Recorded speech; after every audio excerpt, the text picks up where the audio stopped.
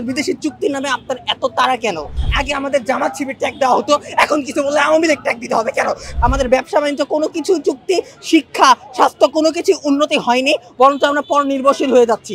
বর্তমান সরকার নির্বাচিত না, মনোনীত, ছাত্ররা তাকে মনোনীত। তো সাধারণত নির্বাচিত সরকারের থেকে মনোনীত সরকারের প্রতি আমাদের আশা প্রত্যাশা অবশ্যই বেশি, সে হোক না বাইরের থেকে। কিন্তু বর্তমান সরকার দেখতেছি যে বিচার সংস্কারের নাম করে ক্ষমতার মেয়াদ বাড়াচ্ছে। আজ টিভি খুলে দেখা যায় আহতরা হাসপাতালে কাতরাচ্ছে, তাও তাদের সেবার কোনো মূল্য নাই। আজকে আবু সাইদের বাবা চিকিৎসার সময় সে চিকিৎসা সেবা পায় না, অর্থ পায় না, সেই বিষয়ে তাদের কোনো ন্যূনতম ভ্রুক্ষেপ নাই। ওদের স্বপ্ন পূরণে পাশে থাকতে পেরে আমরা গর্বিত। কিন্তু সংস্কারের নাম করে, আচ্ছা সংস্কার ক্ষেত্রে আমরা কি দেখেছি? নারী সংস্কার কমিশন মার্চে এসেছে এলজিবিটিকে প্রমোট করতে। তিনি একজন জন্মগত পুরুষকে নারীর পুরস্কার দিয়েছে। এখন এলজিবিটিকে প্রমোট করার সাথে সাথে তিনি জাতিসংঘ মানবাধিকার কমিশনের কার্যালয় বাংলাদেশে বাস্তবায়ন করছে। এই মানবাধিকার কমিশন জাতিসংঘে আপনি জানেন বিগত 8 দশক আগে জাতিসংঘ তৈরি হয়েছিল দ্বিতীয় বিশ্বের পর যুদ্ধ বন্ধের জন্য। আজকে আমরা ইরানের আগে যুদ্ধের কথা চিন্তা করি। 1980 সালে সাদ্দামের নেতৃত্বে যখন আমেরিকা বাস্তবায়ন করেছিল বিশ্বযুদ্ধে ইরাকে গণহত্যা, সেটা কি বন্ধ করতে পেরেছে?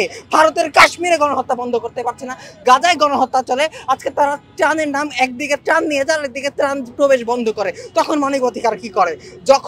যখন ইরানে এলজিবিটি সহ মানবাধিকার বিরোধী কার্যক্রমে শাস্তি দেওয়া হয়, তখন মানবাধিকার সেই শাস্তি দমনের জন্য কাজ করে। আজকে বাংলাদেশে ইতিমধ্যে আপনারা জানেন একটা মানবাধিকার কার্যালয় আছে। আজকে বাংলাদেশের অভ্যন্তরীণ বিষয়ে হস্তক্ষেপের জন্য আমরা যুক্তরাজ্যকে কেন প্রশ্রয় দিব?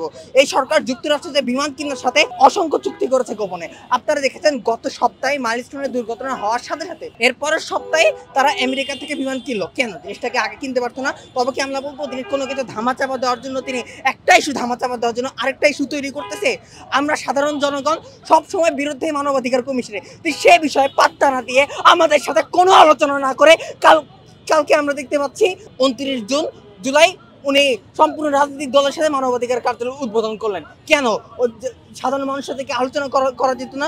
যে কোনো বিষয়ে কোনো কিছু বিপদ আপদ হলে উনি বলে কি ফ্যাসিবাদী শক্তি পুনরায় আসতেছে। আরে ফ্যাসিবাদীদের বিচার সংস্কার কোনো কিছুতে হচ্ছে না, সব কিছুতেই আপনি দেরি করতেছেন। কিন্তু মানবাধিকার কমিশন বিদেশি চুক্তির নামে আপনার এত তাড়া কেন? এই প্রশ্ন আমি বর্তমান সরকারের অন্তর্বর্তী সরকারের প্রধান উপদেষ্টা মোহাম্মদ ইউনূসকে করতে চাই। এছাড়া আপনারা জানেন বন্দর করিডোর ইস্যু, সেন্সিটিভ ইস্যুকে উনি তাড়াতাড়ি বেশি প্রাধান্য দিচ্ছেন। অত্যন্ত প্রত্যন্ত অঞ্চলে, পার্বত্য অঞ্চলে তিনি পাহাড়িদের সেনা সরানোর ব্যবস্থা নিচ্ছেন। রাজনৈতিক দল কোনো কিছু বললে উনি ফ্যাসিবাদের দোষর ট্যাগ দিচ্ছেন কেন? আগে আমাদের জামাত শিবির ট্যাগ দেওয়া হতো, এখন কিছু বললে আওয়ামী লীগ ট্যাগ দিতে হবে কেন? স্বাধীন দেশে কি আমাদের বাক স্বাধীনতা নেই? আজকে এই অপরাজয় বাংলা, এই রাজু ভাস্কর্যে দাঁড়িয়ে গত আগস্টে আওয়ামী লীগ সরকারকে লাল কার্ড দেখানো হয়েছিল। আজকে ছাত্ররা কেন আপনাকে লাল কার্ড দেখাচ্ছে? এই সরকারকে, তাদের ব্যর্থতা। আপনি যদি ছাত্র জনতার দাবি না মানেন, আপনার অবস্থা সেই ফ্যাসিবাদের মতো হবে। পরিবর্তন তো কিছুই হয় না। আমরা দেখেছি, আমরা এক ইস্ট ইন্ডিয়া কোম্পানির শাসন দেখেছি 200 বছর। এখন তো মনে হয় মার্কিন কলোনি দেখা বাকি আছে।